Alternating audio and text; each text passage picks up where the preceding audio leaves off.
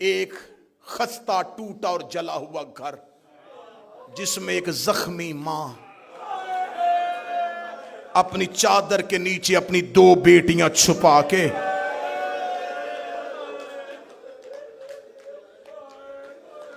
کبھی زخمی پہلو سے زینب کو لگاتی، کبھی زخمی ہاتھ سے حسین کا چہرہ چومتی۔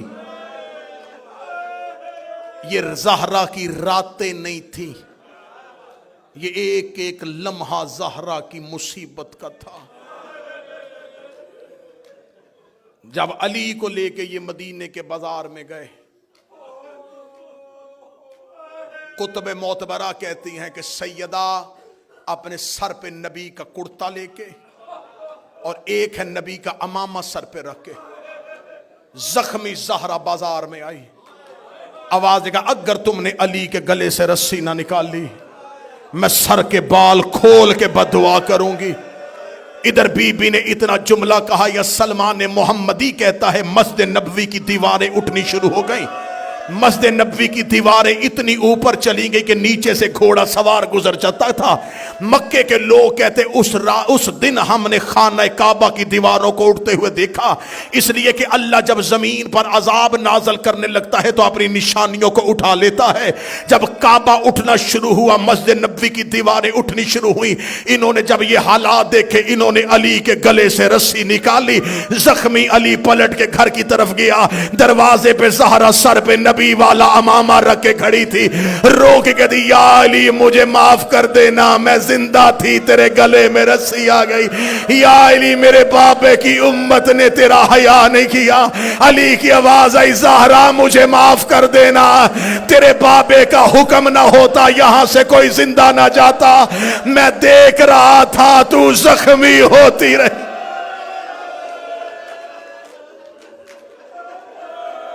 گھر میں آ گئے علی، گھر میں آ گئی زہرا۔ 30 دن تو نبی کے بعد 75 دن 90 دن ہر رات روتی رہی۔ آخری رات آ گئی، میں نے درمیان والے سارے درد چھوڑ دیے، رو کے کہتی یا علی میری کچھ وصیتیں، 17 یا ایک روایت 19 وصیتیں کی بی بی۔ یہ وصیت نہیں ہے، شیعہ قوم کے لیے ایک ایک جملہ موت ہے۔ یا علی یا علی میری پہلی وصیت میرے جنازے کا اعلان نہ کرنا۔ یا علی مجھے رات کی تاریکی میں دفنا دینا۔ یا علی یہ نام جو میں بتا رہی ہوں اگر یہ آئیں بھی انہیں بزور شمشیر روکنا، انہیں میرے جنازے پہ نہ آنے دینا۔ یا علی میرا جنازہ کھلی چارپائی پہ نہیں، یا علی میرے لیے بند تابوت بنانا۔ مدینے میں جناب زہرا کے جنازے سے پہلے تابوت نہیں اٹھتا تھا، لوگ چارپائیوں پہ جنازے اٹھاتے تھے، کھجوروں کے پتوں پہ جنازے اٹھتے تھے۔ پہلی بار بی بی نے جناب ام ایمن سے کہا تھا، شرم آتی ہے عورت کو کھلی چارپائی پہ لے جایا جائے۔ ام ایمن نے کہا رسول کی بیٹی حبش کے لوگوں کا میں نے ایک طریقہ دیکھا ہے، وہ میت کو ڈھانپتے ہیں، کیسے؟ کمان کی طرح کھجوروں کی شاخیں لگاتے ہیں، اس کے اوپر کھجوروں کے پتے رکھ دیتے ہیں، یہ تابوت بنتا ہے۔ بی بی کہتی ام ایمن مجھے بنا کے دکھا۔ ام ایمن نے بنایا، فرمایا جب میں مر جاؤں نا علی کو ایسا تابوت بنا کے دینا۔ بی بی نے وصیت میں کہا یا علی میں نے ام ایمن کو بتا دیا ہے میرا جنازہ بند تابوت میں اٹھانا۔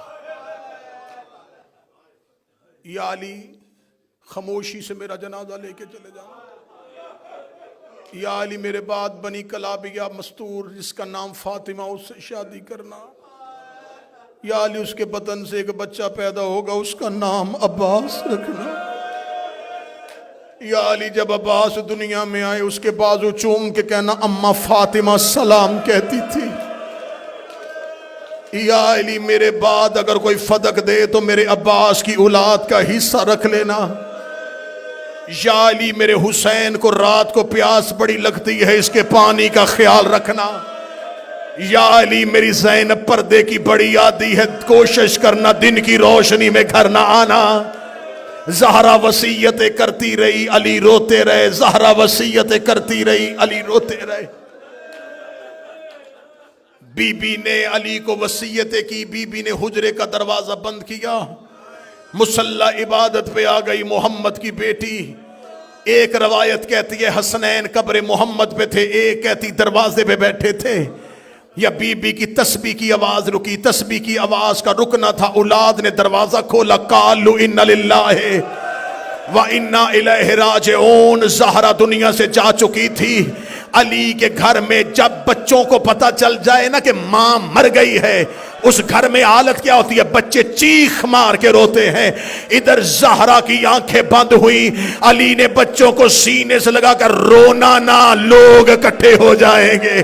رونا نہ، مسلمان جاگ جائیں گے. انہیں پتا چل جائے گا کہ محمد کی کوئی جگہ خشک رہ جائے. فرمایا کوشش کرو سارا بدن ترو. فرمایا زہرا کا ہاتھ پہلو سے نہیں اٹھا، سیدہ کا پہلو سے ہاتھ نہیں اٹھ رہا. اللہ جانے کون سا زخم ہے جو چھپا کے چلی گئی ہے. غسل مکمل ہوا. جو سید بیٹھے، جو دل کا مریض ہے بے شک اٹھ کے چلا جائے. اگلے جملے بڑے سخت ہیں. جب کفن کا وقت آیا، علی نے پہلی چادر دی.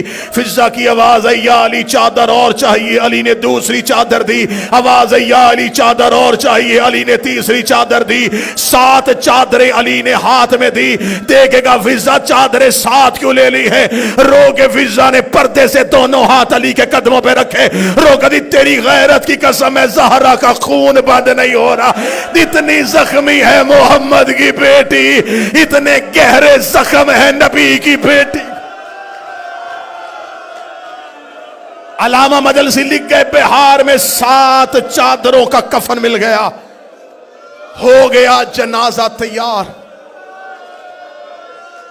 ٹوٹا ہوا گھر، گری ہوئی دیوار، جلا ہوا دروازہ، اس کے اندر ایک حجرہ.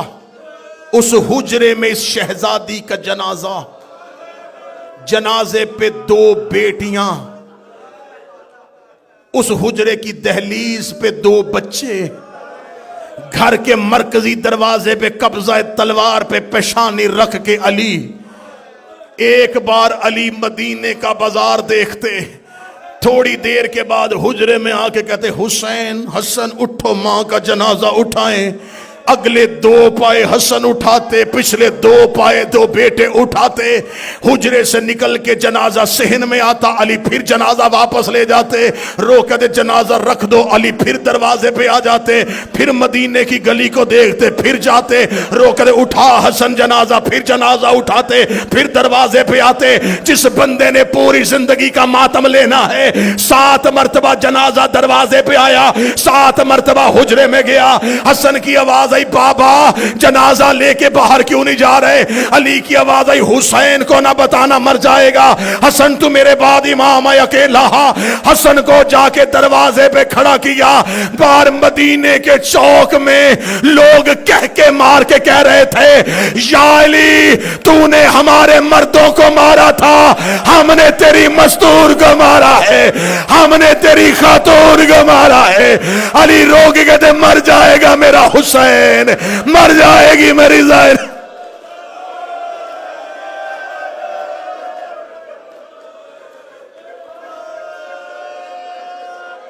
زخمی جنازہ اٹھا.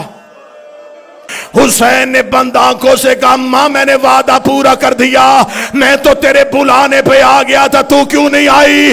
آواز آئی، دائیں بائیں کیوں ڈھونڈ رہا ہے؟ ماں پہلو میں سر لے کے بیٹھی ہے، اور تیرا سر میری گود میں، اور میں نے تیری مقتل ہاتھوں سے صاف کی ہے. آخری 1 منٹ ابھی مستورات میں جنازہ برآمد ہوگا.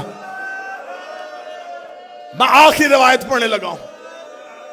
میں نے پہلے دن کہا تھا بڑے تھوڑے ہیں 5 دن زہرا پڑھنے کے لیے. میں نے ایک دن بھی دوسرا مصائب نہیں پڑھا. میں نے 5 دن صرف زہرا کے درد پڑھے ہیں. اور سادات وغیرہ سادات. 1 منٹ کی روایت ہے, 1 منٹ کی روایت ہے. یہ وہ روایت ہے جو تیری عبادت کے لیے پڑھنے لگا ہوں. علی نے دفن کر دیا زہرا کو, قبر کا نشان مٹا دیا. علی گھر واپس آ گئے. اولاد چھوٹی ہو نا, اولاد چھوٹی ہو, اللہ نہ کرے, اللہ نہ کرے ماں مر جائے. جب رشتہ دار آتے نا تو وہ چھوٹے بچوں کو ڈھونڈتے, اس ماں کا چھوٹا بچہ کون سا ہے. کبھی کوئی رشتہ دار اٹھا کے باہر لے جاتا ہے, کبھی کوئی اٹھا کے باہر لے جاتا ہے, تاکہ یہ گھر نہ جائے, ماں کا جنازہ نہ دیکھے. اس بچے کے لیے سب سے مشکل رات ہوتی ہے جب ماں کے بعد پہلی رات آتی ہے. پھر وہ ایک ایک مہمان سے پوچھتا ہے اماں کہاں ہے, میری ماں کہاں ہے, میں نے ماں کے ساتھ سونا ہے. پھر رشتہ داروں کو مصیبت پڑتی ہے کہ اب اسے کون سمجھائے گا. بچوں کو رات کو ماں یاد آ جاتی ہے. لو جن کی مائیں چلی گئی ان کے لیے منبر سے میرے ہاتھ اٹھ گئے, جن کی زندہ ہے تمہاری ماؤں کی زندگی کے لیے بھی میرے ہاتھ اٹھ گئے ہیں. علی نے زہرا کو دفنا کے علی گھر آ گئے. علی گھر آ کے نماز شب کے لیے علی نے مصلی بچھایا. علی نے مصلی بچھایا. ابھی علی تکبیر کہنے لگے, فضا کی آواز ہے یا علی ابھی نماز شروع نہ کرنا. علی کی آواز ہے فضا کیا ہوا, رو کے دی ایک اور مصیبت آ گئی ہے. علی کہتے زہرا کی موت کے بعد کون سی مصیبت ہے. رو کے کہتے یا علی وہ دیکھ دروازے پہ تیری زینب سو گئی ہے, وہ دیکھ حجرے میں تیری کلثوم ہے, وہ دیکھ ریت پہ تیرا حسن ہے. میں پورا گھر تلاش کر آئی ہوں, مجھے حسین کہیں نہیں مل رہا, زہرا کا لال کہیں نہیں مل رہا. علی نے مصلی چھوڑا, علی نے تلوار نکالی, مدینے کی گلیوں میں علی دوڑے, حسین حسین حسین. بابا ڈھونڈ رہا ہے. جب علی جنت البقیع میں پہنچے, حسین ماں کی قبر پہ منہ رکھ کے رو رو کے کہہ رہا تھا ماں واپس گھر آ جا, مجھے نیند نہیں آ رہی, میں تیرے بغیر نہیں سوتا. اماں تیرا حسین اجڑ گیا, اماں میری حویلی برباد ہو گئی, اماں میرا گھر سونا ہو گیا, اماں تیری بیٹیاں زمین پہ لیٹ گئی. ماتم حسین.